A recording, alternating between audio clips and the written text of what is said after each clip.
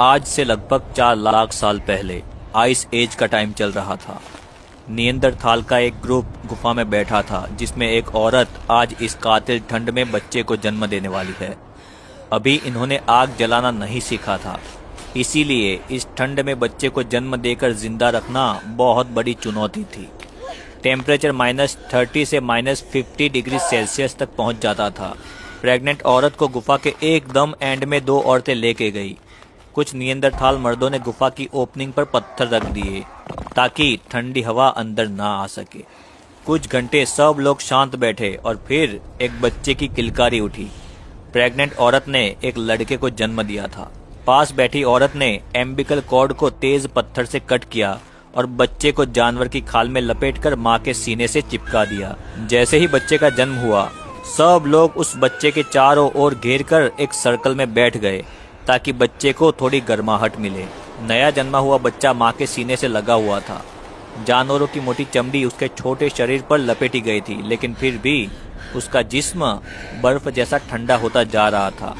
बच्चा कभी हल्की सी आवाज निकालता, कभी बिल्कुल शांत हो जाता। माँ की सांसें तेज थी। उसकी आंखें बार बार बच्चे के चेहरे पर टिक जाती थी, जैसे वो उसे सिर्फ अपनी नजरों से जिंदा रखना चाहती हो। गुफा के बाहर हवा और भी ज्यादा गुस्से में थी। पत्थरों के बीच से सीटी जैसी आवाजें आती, जैसे ठंड खुद गुफा के अंदर घुसकर इस नई जिंदगी को चुनौती दे रही हो। ग्रुप के आदमी गुफा के मुंह पर खड़े थे, झुककर कंधे सिकोड़े हुए। उनके लंबे बाल और घनी दाढ़ी पर बर्फ जम रही थी। कोई बोल नहीं रहा था।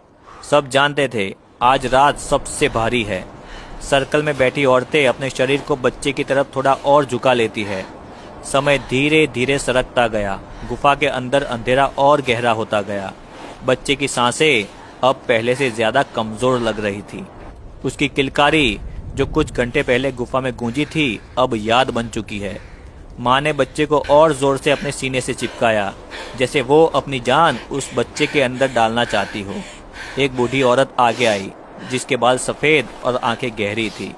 उसने बच्चे के छोटे से चेहरे को देखा और फिर माँ की आंखों में झांका। कुछ कहने की जरूरत नहीं थी। माँ समझ चुकी थी कि ठंड जीत गई है। सुबह होने से पहले जब गुफा के बाहर आसमान हल्का नीला हुआ, बच्चे की सांस बिल्कुल रुक गई थी। कोई चीखा नहीं, कोई जोर जोर से रोने की आवाज नहीं, सिर्फ एक भारी खामोशी। ग्रुप के लोग उठ खड़े हुए। बच्चे के लिए कोई शब्द नहीं थे, कोई रस्म नहीं थी, सिर्फ एक काम था, उसे इज्जत से इस दुनिया से विदा करना था। 2 मर्द गुफा के बाहर गए और बर्फ को हटाकर एक छोटा सा गड्ढा बनाया। बच्चे को उसी जानवरों की चमड़ी में लपेटकर वहां रखा गया। माँ दूर खड़ी देखती रह गई। ये उसकी पहली औलाद थी। ग्रुप जैसे ही गुफा में आया, वैसे ही भेड़ियों का एक ग्रुप इस नए जन्मे बच्चे को दूर से सूंघता हुआ आ चुका था। भेड़िए उस जगह आ पहुंचे थे जहां बच्चे को बर्फ के नीचे दफनाया गया था, और वहां भेड़ियों ने खोदना शुरू कर दिया। भेड़ियों की आवाज सुनकर कुछ नियंदरथाल्स गुफा के बाहर निकले। तब तक एक भेड़िए ने बच्चे को अपने मुंह से पकड़ लिया था और बाहर निकाल लिया था। नियंदरथाल्स जोर से आवाज करते हुए भेड़ियों की तरफ आए, पर भेड़िए उस बच्चे को लेकर दूर भाग निकले थे। सीन एकदम इमोशनल हो गया था। ग्रुप के पास खाना बहुत कम बचा था। 2 दिन से कोई शिकार हाथ में नहीं लगा था, इसीलिए आज 3 मर्द और एक जवान औरत शिकार के लिए निकले। उनके हाथ में पत्थर के भाले थे, कपड़ों के नाम पर सिर्फ चमड़ी के टुकड़े। हवा इतनी तेज थी कि चलना मुश्किल हो रहा था, लेकिन रुकना मौत को बुलावा देने जैसा था। कुछ घंटे चलने के बाद उन्होंने बर्फ पर जानवर के निशान देखे। शायद वो एक हिरन या कोई भारी जानवर के हो सकते हैं। सब लोग तुरंत झुक गए। सांस रोकी गई। वो धीरे धीरे आगे बढ़े। बर्फ के खुले मैदान में कुछ हिरन दिखे। एक मर्द ने इशारा किया। सब लोग अलग अलग तरफ से घेरने लगे और फिर भाला फेंका गया। हिरन चीखा और भागने लगा। बर्फ के ऊपर खून गिरा। काफी देर की दौड़ के बाद हिरन गिर गया। शिकार मिल चुका था। ये सिर्फ खाना नहीं था, ये ग्रुप के जीने का एक और दिन था। हिरन को उठाया गया और अपने ठिकाने की तरफ ये ग्रुप रवाना हुआ। रास्ते में खामोशी थी। खामोशी मतलब आसपास कोई बड़ा जानवर मौजूद है। हिरन के खून की गंध सूंघकर एक टाइगर वहां पर आ पहुंचा था। टाइगर ने सीधे ही हिरन पर झपट्टा मारा, पर हिरन को बचाने के चक्कर में नियंदरथाल टाइगर के सामने हो गया। टाइगर ने उसी पर हमला कर दिया और उसको पैर से पकड़ लिया। सब लोगों ने पत्थर और भाले चलाए, लेकिन टाइगर उसका पैर पकड़कर घसीटता हुआ दूर ले गया। सब लोगों ने उसे बचाने की कोशिश की, उसके पीछे भागे, लेकिन टाइगर उसे लेकर बहुत दूर निकल चुका था। सिर्फ खून और घिसने के निशान बचे थे। ग्रुप के लोग चुपचाप खड़े रहे। ये भी जिंदगी का एक सच है, कभी शिकार मिलता है तो कभी शिकारी खुद शिकार बन जाता है। गुफा में वापस आने पर माहौल और भी भारी हो गया था। एक जान जा चुकी थी और एक नई जान पहले से ही जा चुकी थी। उसी शाम, उसी दिन एक और प्रेग्नेंट औरत का दर्द शुरू हो चुका था। ये दूसरी डिलीवरी थी। सब लोग एक दूसरे को देखे बिना समझ गए थे कि ये रात भी लंबी होने वाली है। ठंड वैसी ही थी, अंधेरा वैसा ही था, लेकिन हर कहानी एक जैसी नहीं होती। बाहर मर्द फिर से पत्थरों को ठीक करने लगे। बर्फ जम चुकी थी, पत्थर भी ठंडे लोहे जैसे लग रहे थे। हवा फिर से गुफा के अंदर घुसने की कोशिश कर रही थी। इस बार उन्होंने अपने शरीर भी ओपनिंग के पास लगा दिए। अंदर वक्त रुक सा गया था, सिर्फ सांस की आवाज, दर्द और ठंड का एहसास। फिर अचानक एक तेज आवाज आई। एक बच्ची ने जन्म लिया था। औरतें तुरंत हरकत में आई। बच्ची को चमड़ी में लपेटा गया और फिर उसे माँ के सीने से लगा दिया। माँ की आंखों में डर था और एक नया उजाला भी था। ग्रुप के लोग चुपचाप खड़े रहे। किसी ने मुस्कुराया नहीं, किसी ने जश्न भी नहीं मनाया। रात को हिरन को खाया गया और माँ को चर्बी खिलाई गई ताकि दूध गाढ़ा आए, जिससे बच्चे को गर्मी मिले। जैसे तैसे रात गुजर गई। अगला दिन और भी ज्यादा खतरनाक था, क्योंकि माँ को मांस और चर्बी की जरूरत थी और एक हिरन से तो सिर्फ 2 दिन का खाना ही होता था। इसीलिए एक ग्रुप शिकार के लिए निकला। उनके कदम बर्फ में धंस रहे थे, हर सांस दर्द दे रही थी। दूर दूर तक सिर्फ सफेदी और उस सफेदी में छिपे हुए खतरे थे। पूरा दिन इधर उधर घूमने के बावजूद कोई शिकार नहीं मिला। ग्रुप दुखी होकर गुफा में लौटा। गुफा में बच्ची माँ के सीने से चिपकी हुई थी। उसकी सांस अब भी हल्की थी।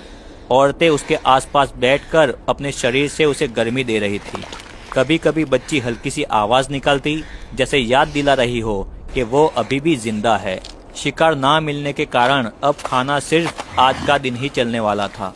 इसीलिए ज्यादातर खाना माँ के लिए रखा गया और सब लोगों ने बहुत ही कम खाया।